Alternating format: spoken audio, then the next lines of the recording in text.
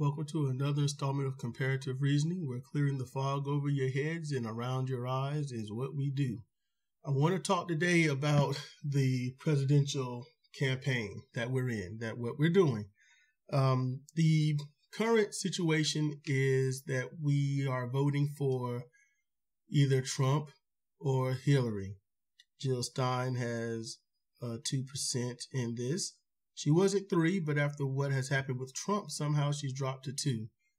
I don't understand that, being a Jill Stein supporter. I want to bring to everyone's attention that you're voting for not the lesser of two evils. You're not voting for who will do the least amount of damage. You're voting for what you're supposed to vote for.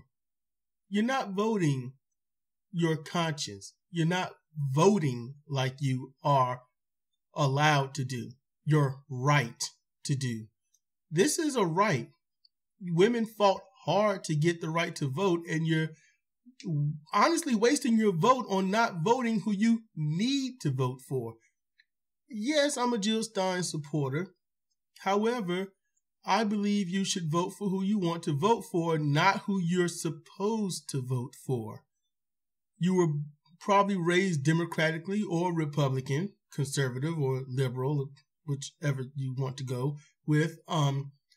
You're going to vote for her because you're supposed to. Everyone else is. That's what you were raised to do.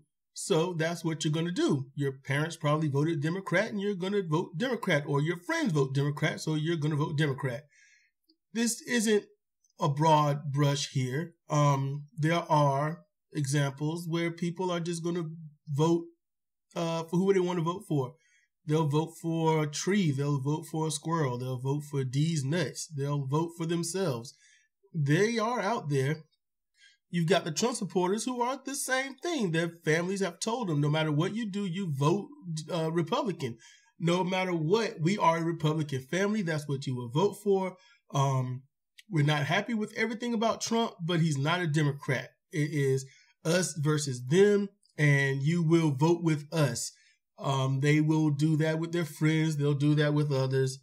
It's the same thing on both sides. Don't think the Republican supporters are any different than the Democrat supporters. They're no different. They all have the same reasoning, the same whatnot.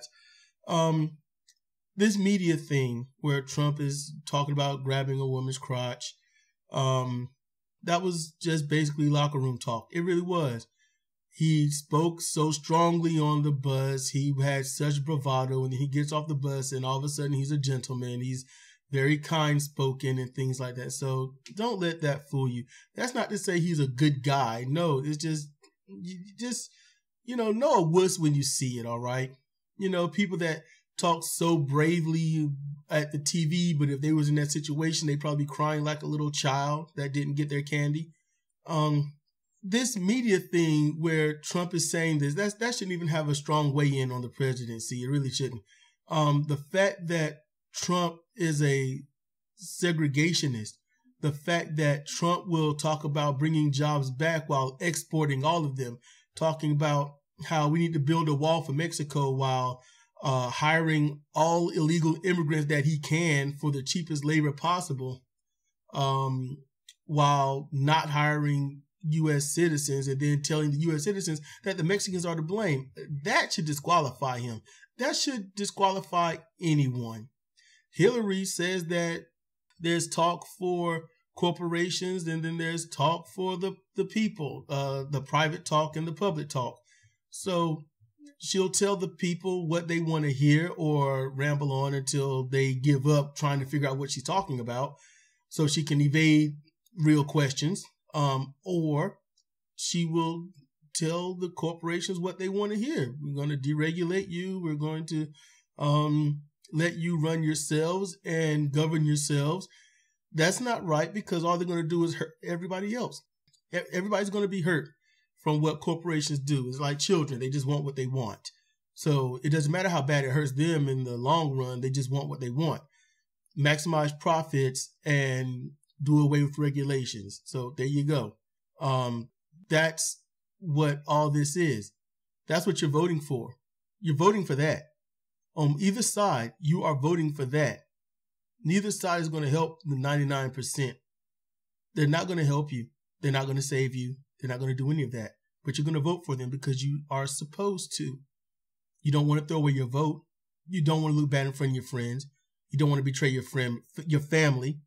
You just want to do what you got to do and move on because it doesn't matter, or it matters so much that you got to win.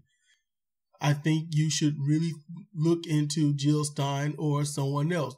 Just ignore Gary Johnson because he is literally the worst of Hillary and Trump. I think what you should do is research just a little bit. Just go to each of these presidential candidates' platforms. I did something called Do You Take Your Vote Seriously? You should check that out. These people are not out for you. They are out for themselves. They don't care what you do, how much you make, how little you make. Only the big donors have a say. That's why money has speech in politics.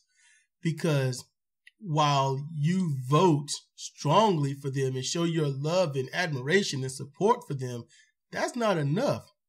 It's not. These corporations are giving them hundreds of millions, nearly billions of dollars annually just to make sure they get deregulations and taxes lower so they can make multiple billions in the next year. So just realize they're not for you. They can't be because it's not what pays them. It's not. I mean, if you got 20 friends that say they love you, they support you and all that, and you should live with, your emotions and quit your job, that's not going to happen. It's not, because you're going to say, this person is paying me and this money is helping me sustain my life. You're pretty much going to throw over 20 friends just for that job.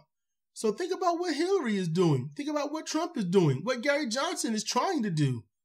Jill Stein isn't beholden onto any lobbyist or any corporation. She isn't. She's just like Bernie Sanders, except she has a stronger conviction and platform for this. She hasn't dropped out, and she's losing worse than he did. She hasn't quit. She's still going, and she supports Bernie's revolution. So just really think about that, all right? Give it a shot. Go and do some research and vote for Jill Stein or D's Nuts or yourself or a tree or a squirrel. Just stop feeding the media. You watch paid media. They tell you what you want to hear, or they don't tell you anything. You just see a bunch of pictures and you are captivated and it sticks in your head whether you know it or not. Stop. Watch social media. Watch Young Turks, the Jimmy Dore Show. Watch others. Watch who you got to watch. Jump out of your bubble. Jump out of your circle. Here's something new. It's all right. Listen to a Trump supporter. Listen to a Bernie supporter. Listen to a Hillary supporter. Listen to a Jill Stein supporter. Out of your bubble and into reality. That's what you got to do. I hope this blew away a little bit of fog for you, because you got to be for you, not this presidential person. You got to be for you to pick the right presidential person, not the one you're supposed to. Thank you for listening.